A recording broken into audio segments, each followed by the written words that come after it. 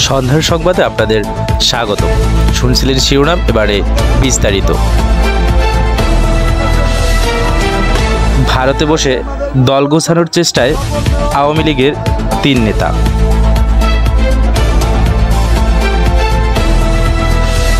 শেখ হাসিনার পতনের পর ডাকসাইটের অনেক আওয়ামী নেতা এখন ভারতে অবস্থান করছে। সাবেক স্বরাষ্ট্রমন্ত্রী আসাদুজ্জামান খান কামাল সহ আওয়ামী লীগের কয়েকজন মন্ত্রী এমপির ভারতে দেখা মেলে, যা নিয়ে তোলপাড় শুরু।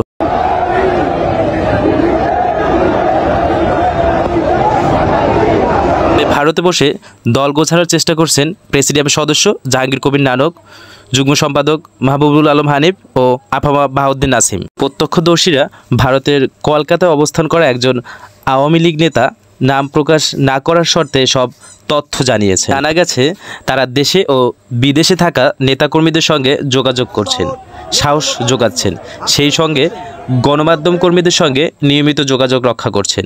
এদিকে দেশের চলমান পরিস্থিতি নিয়ে বিবৃতি দিয়েছে বাংলাদেশ আওয়ামী লীগ, যেখানে বলা হয়েছে আওয়ামী লীগ ও দলটির সভাপতি শেখ হাসিনা যে কোনো পরিস্থিতিতে দেশবাসীর পাশে আছেন। এর প্রতি ইঙ্গিত করে বিবৃতিতে বলা হয়েছে বাংলাদেশের মাটিতে অন্য কোনো দেশের পতাকা উড়তে দেওয়া হবে না। আরেকটি যুদ্ধ হবে, স্বাধীনতা রক্ষার যুদ্ধ।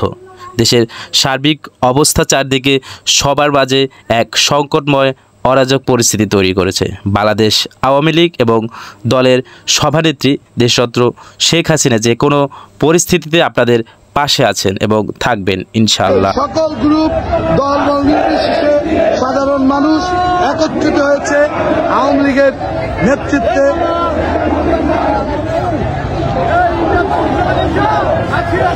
ভারতে বসে আওয়ামী লীগের বর্তমান সাংগঠনিক কার্যক্রম পরিচালনার কাজ করছেন দলটির নেতারা। সূত্রে খবর, ভারতে বসে দল গোছানোর সচেষ্ট আছেন প্রেসিডিয়াম সদস্য জাহাঙ্গীর কবির নানক, যুগ্ম সাধারণ সম্পাদক মাহবুবুল আলম হানিফ ও আফামা বাহাউদ্দিন নাসিম।